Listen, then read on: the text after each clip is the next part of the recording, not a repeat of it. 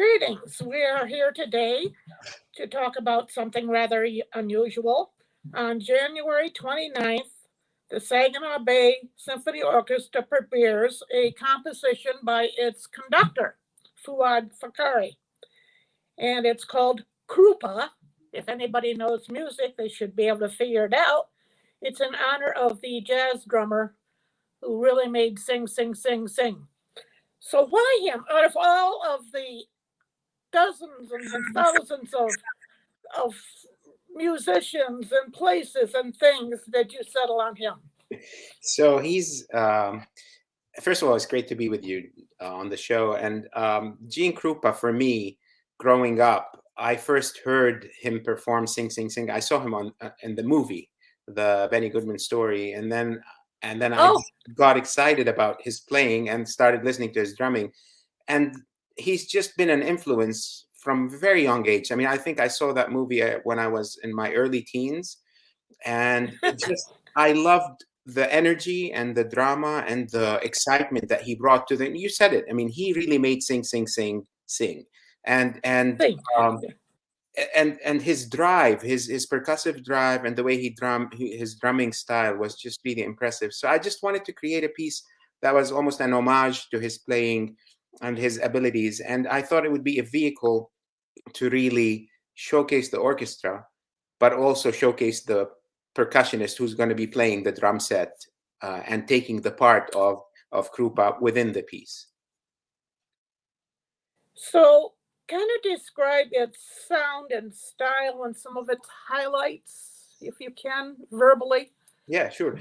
So basically, it's a 10-minute piece, and throughout the entire piece, you have the drum set with the role of Gene Krupa performed by the drummer in the orchestra. And in fact, I specified in the score that the drummer playing that part should try as much as possible to emulate everything about Gene Krupa, including his mannerisms and the way he plays. No, Lord. Yeah. So I don't know how successful we'll be at that, but that was the idea. And the work is kind of, it's almost as if you're looking through sing, sing, sing through like a warped kaleidoscope or something, where you sometimes listen to these excerpts in the piece and think, oh, I recognize that from a jazz piece or something, but it's like one bar just to sort of grab your attention and then it goes off. But the idiom is very sort of upbeat and jazz-like in terms of just the energy of the piece, but it's certainly not a jazz piece in any way in terms of harmony. Okay. You seem to be breaking up. I hope it's just there and not. If anybody's listening to this, or is he coming through? Let me know. So apparently you've done a lot of, not apparently, I know you've done a lot of compositions over the years. What are some of the other ones? So, my career, I started as a composer, and I still view myself as, just a composer, right? That's my passion and my love, my first love in music. I've always loved composition. That nothing brings me more joy than to sit down with a blank piece of paper and then start trying to think about what I want to write and achieve. It's not an easy process for me. There are some some composers that just write quickly and write a lot. For me, it's a tedious and very slow process, but it's very fulfilling. So I went to school. I did my undergraduate degrees in composition and theory, and then I did my master's degree in composition, and then one in conducting, and then I went and received my doctorate in composition. So most of my degrees are in composition. Some of the works that I've written, I've found myself, just because of my job as a conductor, for the past probably 20 years, almost I've written exclusively for orchestras, just by the mere fact that that's where I live and that's what I do. So it just guided me in that way. I just finished a piece about 2 months ago for band, and that was the first band piece that I've sort of ever written, but it was a commission for a centennial for a university in Texas, and I just completed that. Some of my pieces, and people that will attend the concert will hear Krupa. I tend to write very, very fast, loud, and aggressive music. uh, Okay. yeah. So I mean, that's my style. That's what I enjoy, and I think it probably relates to my upbringing. I've always liked rock and hard rock music, so I try to bring that type of energy and techno music, dance music and things like that as I was growing up. So I try to bring those elements from what I like personally into my music. I have a few pieces that I've written recently. One of them is called Punch It. Uh, it's another orchestra piece, and one of them is called Furia, and that was done after the pictures, the etchings of Francesco Goya. He had done a number of etchings called "The Disasters of War," and basically they showed the imagery of the horrible acts that were perpetuated in Spain by Napoleon during the Right. Napoleonic Wars. So that was a piece that sort of tried to capture that. So, do you always have a thing, a place in mind, as opposed to just writing to write? Yeah, I mean, that's a great question. Yeah, now that I look as I get older and I do more of it, I find that having an extra musical idea helps propel my sort of my creativity when I'm writing pieces. If nothing more, I mean, sometimes it becomes more programmatic. So sometimes, like with the Goya pieces, I took 3 or 4, I can't remember, it's been a while. I took 4 of these etchings and I tried really to look at that etching as I was writing that movement. It's a 4 movement work, and try to capture what emotions that etching gave me. So sometimes it's Yeah. that connected. Other times, like with Krupa, it's just an idea. It's a spark, an idea that propels you then to take off on a tangent and go figure out what you want to say about that topic. So, but I often, Got yeah, it. Got it. I can't write music. I find myself finding it very difficult to write music just for the sake of music without anything outside inspiring me to do it. Do you think it's important, or whatever word we want to pick, that conductors do some composing? Yeah, I think, I mean, different people feel differently, but for me, it's critical. They are one and the same. I mean, they sort of feed off Right. each other. Um, if you know, if you want to understand an orchestra, then you don't have to be a great composer, but I think every conductor should write at least one or 2 pieces just to understand the process, because all you do as a conductor Yeah. is basically, I mean, I liken it to somebody who works in making clothes. Like when you go and make a suit, get a suit made. As conductors, all we're doing is deconstructing something that's already been constructed. We deconstruct it, Right. analyze it, study it.